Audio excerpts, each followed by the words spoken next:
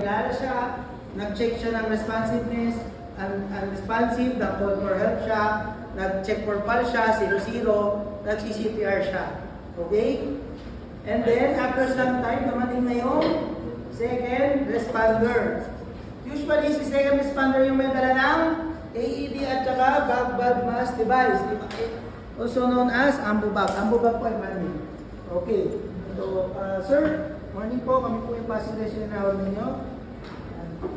May mabilis na endorsement. Verbal. So, pati niya paas, power on. Tapos, attach. So, apply pad, sabi niya.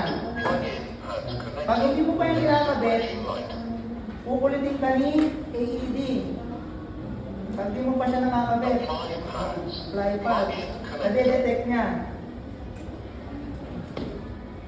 So, didikit mo siya. May drawing. Dito doon. Analyzing heart rhythm. Analyzing heart rhythm.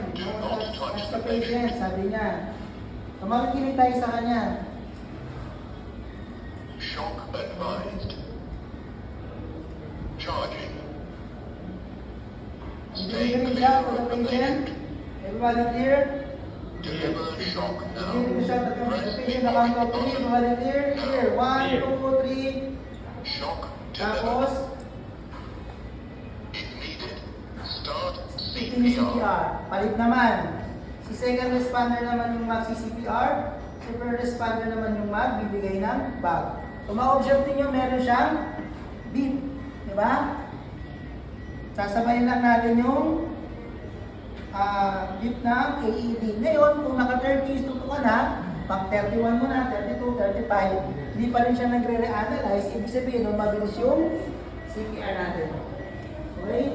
So, automatic siya. Magre-reanalyze siya every after 2 minutes. Okay? Yun lang importante doon.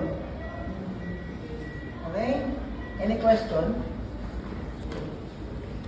That's in bandaging the forehead. Hairstylist ko po. Blood on the forehead.